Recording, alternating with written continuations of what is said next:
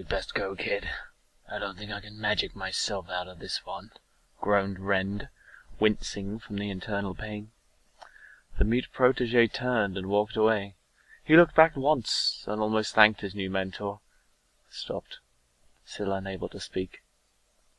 Chief Glala turned the corner, seeing his brother propped up against the curb. "Here, Randy," he said, sitting down. Rend breathed heavily, saying nothing. His jaw receded and his claws retracted as his features slowly became less lupine and more human. "They want me to become mayor, you know. After McCarthy, they want someone they think they can trust. Someone who is on the front lines." Rend's gaze moved to his brother. Aglala was sure he saw a smile cross his brother's face, revealing several shrinking teeth. "I won't take the job. I wouldn't trust myself with power. I just blew up a 50-story building. What if there were other people in there?" Rend laughed, amused by his brother's crisis of conscience. "Guess I'll have to take a desk job now," said Aglala, changing the subject. "That explosive Mohawk bastard of yours smashed my leg up, not to mention what McCarthy and that metal bastard did.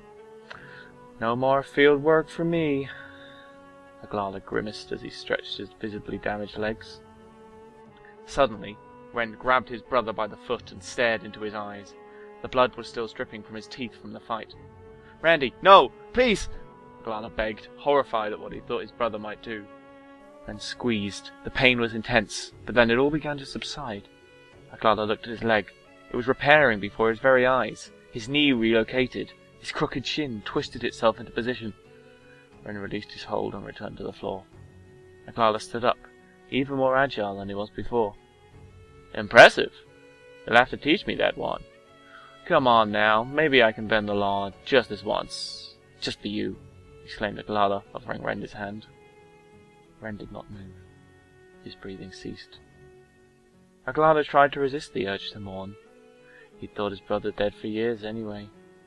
No such luck. The confrontation with Hotblood had done little to quell the man's distaste of vampires. His family was still dead. The images still haunted him, and because of Hotblood, he had numerous other gruesome pictures to beat back when he tried to sleep. Still, he was a werewolf now, so that was cool. He was still uncomfortable in his new form, and none of the Claw were left to teach him. The world was in for a big change, he could see that. No amount of control from the upper levels would be able to stop what the children of the internet had seen. Many hidden faces would emerge from the darkness, many of them vampires. He had best be ready. He would seek out the best werewolf scholars he could find, if there existed such a thing. But first, a speech therapist. Well, this was embarrassing. He'd set out to find his family like some kind of action hero, only to get himself brutally murdered. He didn't even know if he'd found the right gang. He had a lot of time to think, wherever he was. He'd probably managed to preserve his mind in some kind of limbo state. Ugh. Maybe, he thought to himself, they weren't kidnapped at all.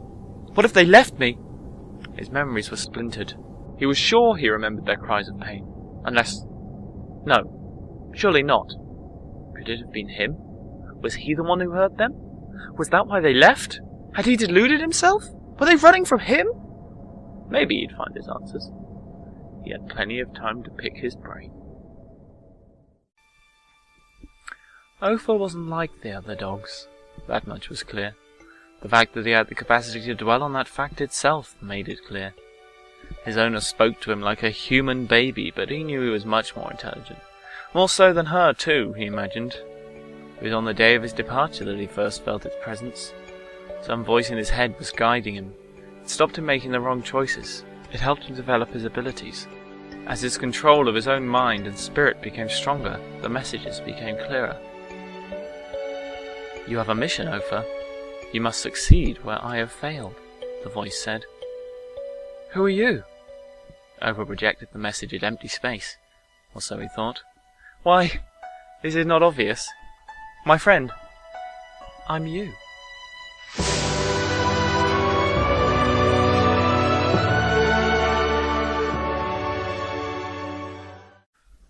There was no coming back from what had happened in New York. To Evalzida, that much was obvious. She took the contracts all the same. Centuries-old archmages and vampire royals hoped to maintain the old world, where they held their safe anonymity and power. She knew they were fools, but they were fools with money, so it didn't matter. Once the contracts dried up, she'd have to find something else to do. Living in the shadows would no longer be an option. An ancient Japanese clan wanted to recruit her. They seemed to be adapting quickly, but the idea bored her. Maybe she could finally do something with the billions she'd earned in various currencies over the years. Somehow the prospect didn't appeal to her.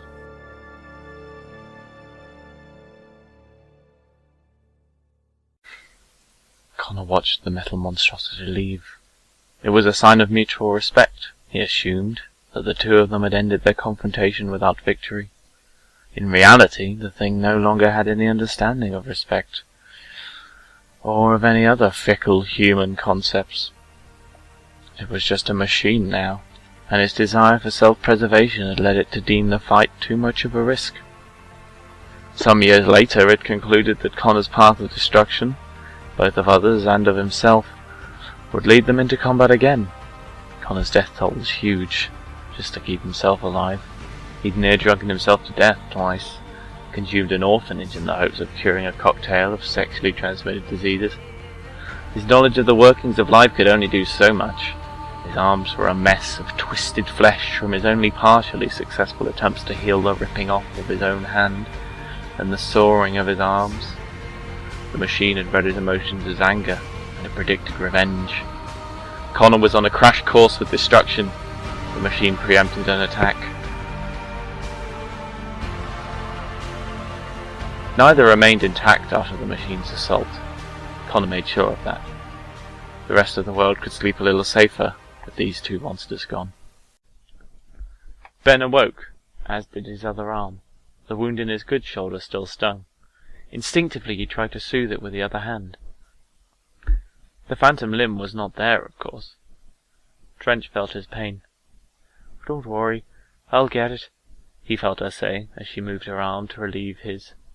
She quickly retracted it, then did that thing she did when she was embarrassed, which was a lot these days, twiddling her fingers and thumb. Ben smiled awkwardly. After the usual rigmarole of preparing for a new day, he sat at his desk. His secretary called. "Chief Glala is here to see you, sir. I mean, madam. Shall I send him up?" the secretary said, stumbling over his words. Maybe Ben shouldn't have explained the situation to him. The poor lad seemed to get very flustered about the whole concept. "Send him up." Emmett entered the room, the slightest of smiles on his tired face.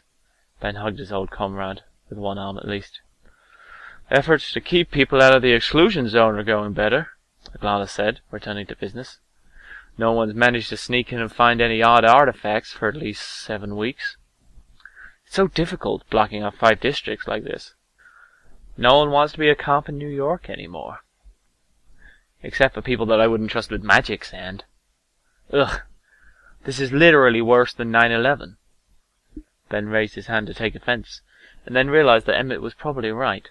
It wasn't just New York that was affected by Black November, as the papers were calling it. It had sent shockwaves throughout the world, and he had been a part of it. He still was. As mayor of New York, he was probably one of the most important politicians in the world. The irony was not lost on him.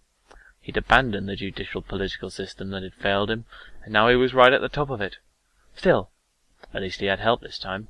Aglala lived up to his reputation, and remained uncorruptible as the world he knew collapsed and warped around him. Trench helped too. Her mind was much faster than his, but she lacked tact. The company was nice too. They'd find a way to separate themselves. Probably. Eventually. But first, they had a job to